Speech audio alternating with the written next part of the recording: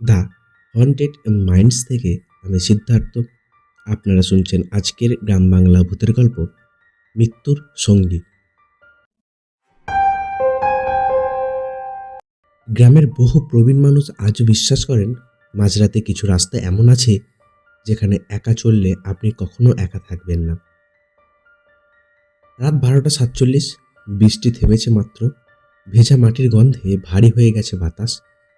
দূরে শ্মশানের চিতা থেকে ধোঁয়া ধীরে ধীরে আকাশে মিলিয়ে যাচ্ছে। অভিক তার ক্যামেরার ব্যাগ কাঁধে নিয়ে মোটরসাইকেল চালিয়ে ফিরছিল। সে একটি ইউটিউব চ্যানেলের জন্য গ্রামের পুরনো শ্মশান নিয়ে ভিডিও ধারণ করতে গিয়েছিল। ভিডিও শেষ হওয়ার আগে গ্রামের এক বৃদ্ধ তাকে বলেছিলেন, বাবা, আজ আমাবস্যা, রাত 1টা বাজলে ওই রাস্তা দিয়ে ফিরো না। এখানে একজন সঙ্গী জুটে যায়।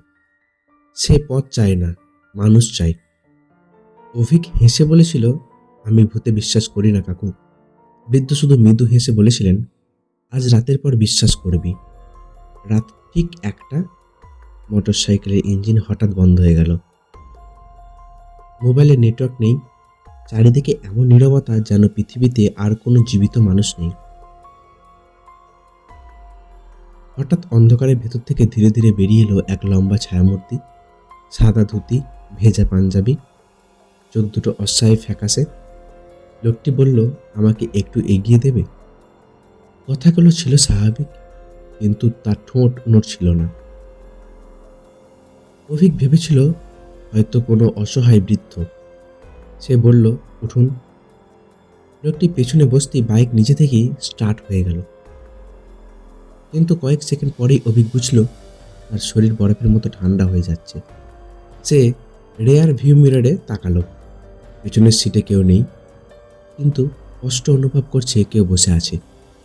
ঠিক তখনই তার কানের কাছে ভেসে এলো এক ফিসফিসানি কণ্ঠ, আয়নায় তাকিও না। অভিকের হাত কাঁপতে শুরু করলো। কিছু দূর যাওয়ার পর লোকটি বলল, এখানে নামিয়ে দাও। অভিক চারিদিকে তাকিয়ে স্তব্ধ।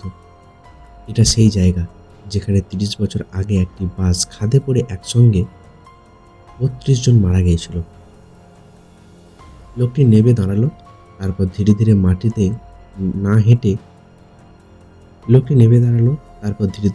না হেঁটে কুয়াশার মধ্যে ভেসে চলে গেল। শুধু একটি বাক্য রেখে গেল, আজ থেকে আমি তোমার মৃত্যুর সঙ্গী। পরের দিন সকাল। অভি ভাবলো সবই হয়তো দুঃস্বপ্ন, কিন্তু ক্যামেরার ফুটেজ চালাতেই তার বুক জমে গেল। ভিডিও শেষ 5 মিনিটে সে একাই দাঁড়িয়ে আছে, তবুও তার পাশেই একটি অস্পষ্ট মানুষের ছায়া ক্যামেরায় ধরা পড়েছে। আর অডিওতে বারবার শোনা যাচ্ছে, আমি অপেক্ষা করছি। সেই রাত থেকে শুরু হলো আসল ভয়। প্রতিদিন রাত 1:13 দরজা 3বার টোকা। প্রতিদিন আয়নায় নিজের পেছনে দাঁড়িয়ে থাকা সেই বৃদ্ধ। প্রতিদিন ঘুম ভাঙার আগে একই স্বপ্ন, একটি অন্ধকার রাস্তা, অনেক মৃত মানুষ, আর তাদের মাঝখানে দাঁড়িয়ে সেই লোকটি। কিন্তু কয়েকদিন পর অভিক বুঝতে পারল, লোকটি তাকে ভয় দেখাচ্ছে না, সে তাকে বাঁচাচ্ছে। যেদিন বৃদ্ধকে দেখতে পাই সেই দিনই কোথাও না কোথাও বড় দুর্ঘটনা ঘটে। একদিন বৃদ্ধ হঠাৎ রাস্তার মাঝখানে হাত তুলতেই অভিক বাইক থামিয়ে দেয়। প্রায় 25 সেকেন্ড পরে একটি বিশাল গাছ তার সামনে এসে পড়ে যায়। আর 1 সেকেন্ড দেরি হলে তার মৃত্যু নিশ্চিত ছিল। রহস্যের উত্তর খুঁজতে অভিক গ্রামের পুরনো নদী ঘাঁটতে শুরু করলো। জানা গেল লোকটির নাম হরিনাথ চক্রবর্তী। তিনি ছিলেন একজন স্কুল শিক্ষক। যখনই তিনি কারোর সামান্য মৃত্যু অনুভব করতেন, তাকে বাঁচানোর চেষ্টা করতেন। এক ঝড়ের রাতে একটি বাস থামাতে গিয়ে নিজেই চাপা পড়ে মারা যান। মৃত্যুর আগে তার শেষ কথা ছিল, যতদিন পারি মানুষকে মৃত্যুর হাত থেকে ফিরিয়ে আনব। কিন্তু গ্রামের পুরোহিত অভিককে একটি ভয়ঙ্কর সত্য জানালেন, যাকে তিনি বারবার বাঁচান, শেষ পর্যন্ত তার জায়গায় নিজেকেই নিতে চায়, বরং একদিন তাকে নিজের সঙ্গে নিয়ে যান। কারণ মৃত্যুরও একজন সঙ্গী চাই। সেই দিনই ছিল অমাবস্যা। রাত ঠিক 1:13। আবার দরজায় টোকা। অভিক এবার দরজা খুলে দিল। বাইরে কেউ নেই, শুধু কাদা ভেজা মাটিতে 2টি পায়ের ছাপ, যা বাড়ির ভেতরের দিকে চলে আসছে।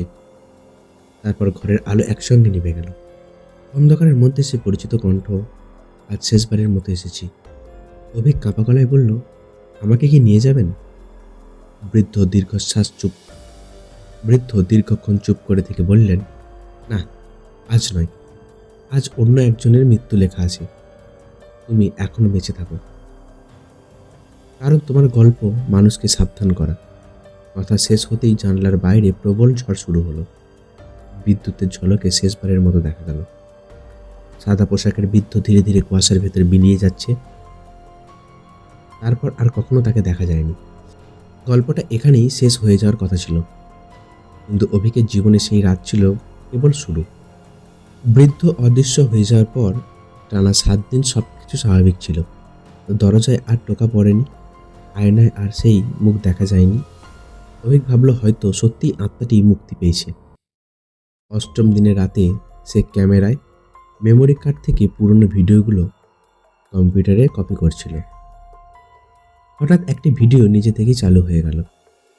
এটা সে কখনো রেকর্ড করেনি। ভিডিওতে দেখা যাচ্ছে অন্ধকারে দাঁড়িয়ে আছে সেই বৃদ্ধ। তার চোখে আর ভয় নেই, কিন্তু মুখে গভীর উদ্বেগ। তিনি ধীরে ধীরে বললেন, তুমি আমাকে মুক্তি দাওনি, তুমি শুধু আমার জায়গা খালি করে দিয়েছ। ভিডিওটি হঠাৎ বন্ধ হয়ে গেল। স্ক্রিন সম্পূর্ণ কালো। তারপর কালো স্ক্রিনে সাদা অক্ষরে ফুটে উঠল, সে আসছে। ঠিক তখনই সারা বাড়ির বিদ্যুৎ নেভে গেল। বাইরে প্রচণ্ড ঝড় শুরু হয়েছে। অভিক টর্চ চালিয়ে জানলার দিকে এগোতেই দেখল বাড়ির গেটের বাইরে একজন দাঁড়িয়ে আছে। কিন্তু সে বৃদ্ধ নয়। সে প্রায় 7 ফুট লম্বা, পুরো শরীর কালো ছায়ায় ঢাকা। মুখ দেখা যাচ্ছে না, শুধু দুটি জ্বলন্ত সাদা চোখ। সে নড়ছে না, শুধু বাড়িটার দিকে তাকিয়ে আছে। অভিক সাহস করে দরজা খুলল।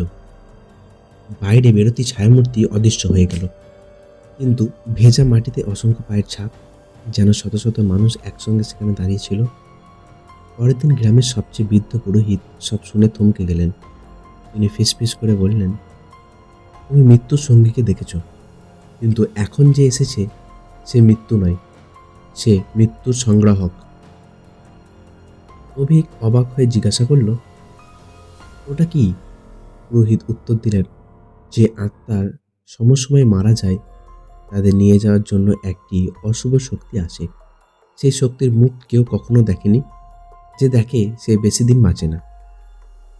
সে রাতেই গ্রামে 3 জন মানুষ রহস্যজনকভাবে নিখোঁজ হয়ে গেল।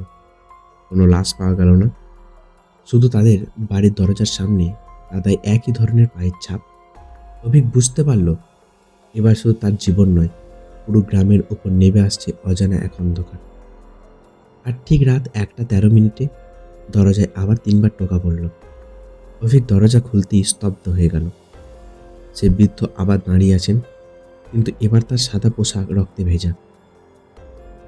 তিনি আতঙ্কিত কণ্ঠে বললেন, দরজা বন্ধ করো। ও আমার জন্য আসেনি, ও তোমার জন্য এসেছে। বৃদ্ধের কথা শেষ হতেই বাড়ির উঠোন জুড়ে এক বিকট অট্টহাসি প্রতিধ্বনিত হলো।